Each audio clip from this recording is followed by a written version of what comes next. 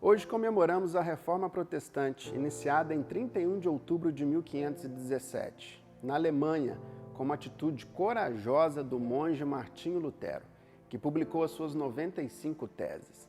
Ele protestou em frente à igreja do Castelo de Wittenberg e contra diversos pontos de doutrina da Igreja Católica Romana.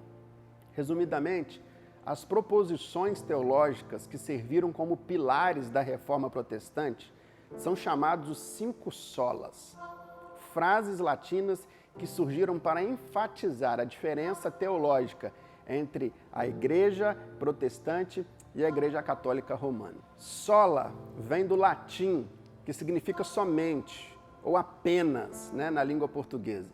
E são pelo menos 5 solas que foram levantados na Reforma Protestante.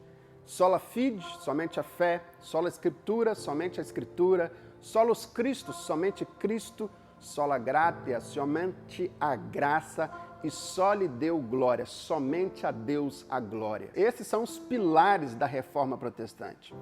Mas o principal objetivo da Reforma foi trazer a Igreja de volta à centralidade das Escrituras e ao Evangelho pregado pelos apóstolos. Nós somos os herdeiros desta tão grande herança da fé reformada. O presbiterianismo, ele surge na Escócia com um trabalho valoroso do reverendo John Knox, depois ele migra para os Estados Unidos e depois vem aqui para o Brasil, em 1859, por intermédio de um missionário, pioneiro do presbiterianismo aqui, chamado reverendo Archibald Green Simonton. O nosso grande desafio hoje, então, é viver, é aprender e é ensinar os princípios espirituais e mantermos vivo a chama desse poderoso avivamento chamado Reforma Protestante. A Reforma, portanto, nos faz retornar aos valores preciosos perdidos no decorrer dos anos. É preciso resgatar como Igreja Protestante esses tão estimados e valorosos princípios. A Reforma nos trouxe a exclusividade e a supremacia da Bíblia Sagrada. A Bíblia, ela é a autoridade suprema naquilo que cremos e praticamos. E somente ela é útil para nos aperfeiçoar, para nos habilitar perfeitamente para toda boa obra. Hoje, nós somos desafiados a ficarmos aquém das Escrituras, como o liberalismo teológico está nos sugerindo, ou a irmos além delas. Mas nós não devemos nos desviar da centralidade das Escrituras, porque somente a Bíblia, ela é suficiente para educar na justiça, para nos instruir acerca da salvação. Rejeitemos com veemência qualquer ensino de homens contra a Bíblia e voltemo-nos para a palavra de Deus. A Reforma, ela resgata esta grande verdade, que a salvação ela é encontrada somente na pessoa de Cristo Jesus. A Bíblia nos ensina que Jesus é o único Salvador e não há outro nome ou outra pessoa pelo qual importa que nós sejamos salvos. Ele é o caminho, a verdade, a vida. Fora dele não há salvação. Hoje, porém, tal como na Idade Média, prolifera em nosso meio que a salvação está na igreja e não se prega mais a pessoa de Cristo como Salvador e como Senhor. Mas sim, muitas vezes se prega a igreja onde acontecem as bênçãos, os milagres. Não, meus irmãos, absolutamente não. Nós precisamos propagar a Cristo. Nós precisamos entender que a centralidade da fé deve estar centrada em Cristo Jesus. A instituição é quem administra a salvação para muitas pessoas, mas isso não é uma verdade. Nós precisamos voltar à centralidade de Cristo.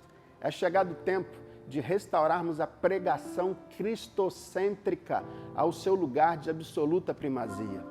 Deus requer uma pregação ungida, apaixonada, inflamada pelo fogo do Espírito Santo. O mundo carece desesperadamente de pregações cheias de vigor e de paixão. Então não há espaço no púlpito para pregadores frios, sem vida e sem paixão. Quando perguntaram a Moody, o grande evangelista, como começar um grande reavivamento na igreja, Moody responde: acenda uma fogueira no púlpito, porque se o púlpito pegar fogo, até a linha verde começará a queimar. Nossas igrejas estão carentes de pregadores que têm um compromisso com a palavra e com a centralidade da mensagem que conduzirá as pessoas até Jesus. Existem verdades que a reforma protestante resgatou, e essa verdade ela é centralizada em vários aspectos das Escrituras. A Bíblia nos ensina que todo crente, ele é um sacerdote de Deus. Não existe hierarquia espiritual entre o povo de Deus, mas diferentes dons e responsabilidades. Hoje, nós somos desafiados a combater o estrelismo entre os evangélicos, expresso muitas vezes na disputa por títulos, por cargos, por posições. Alguns líderes se colocam espiritualmente acima do povo de Deus, como se fossem celebridades. Não, meu irmão, não é isso que Deus quer. Tem outras pessoas que se colocam como intermediários espirituais entre o crente e Deus, tal como o sacerdócio católico na Idade Média. Deixa eu dizer algo para você. Altar não é palco, culto não é show, púlpito não é balcão de negócios. Jesus disse que aqueles que desejam ser os maiores no reino de Deus deveriam se considerar os menores entre os seus irmãos. Não há maiorais no reino de Deus, pois somente uma pessoa pode brilhar, e o nome dele é Jesus. Todos nós, das mais distintas formas, podemos nos aproximar de Deus através de Cristo Jesus, o nosso Senhor. O altar é somente uma plataforma para que as pessoas nos vejam, porque diante da cruz, o terreno é plano, meu irmão. A reforma protestante, ela resgata a verdade de que a igreja é o povo de Deus. A Bíblia ensina que a igreja de Deus é o povo eleito do Pai, o rebanho que foi redimido pelo seu Filho Jesus, e são os crentes convertidos e selados com o Espírito Santo da promessa. A igreja é a reunião de todos os eleitos de Deus que forma uma comunhão de santos. Hoje, por causa da secularização e do marketing religioso, a igreja muitas vezes é vista como uma empresa que oferece produtos espirituais para consumidores espirituais. Mas a ideia de família de Deus precisa ser resgatada. Por quê? Porque ela está sendo substituída. Nós não podemos permitir isso. Onde estiver um crente, este crente não será um sócio, ele será um filho amado do Pai. A falta de compromisso dos crentes com Deus e com a igreja cresce a cada dia mais de forma avassaladora. E hoje a gente precisa resgatar isso. Nós precisamos hoje de uma nova reforma espiritual. Necessitamos voltar à Bíblia e tirar do nosso meio tudo aquilo que contraria o ensino sagrado das Escrituras. Precisamos resistir à secularização e promover a sã doutrina alinhada à piedade. Necessitamos de um avivamento espiritual que traga um tempo de refrigério espiritual sobre o povo de Deus. Lembremos-nos sempre que nós somos os herdeiros da reforma. E aqui eu concluo com o famoso mote de João Calvino, quando ele diz o seguinte: o meu coração te ofereço ao Senhor de modo pronto e de modo sincero.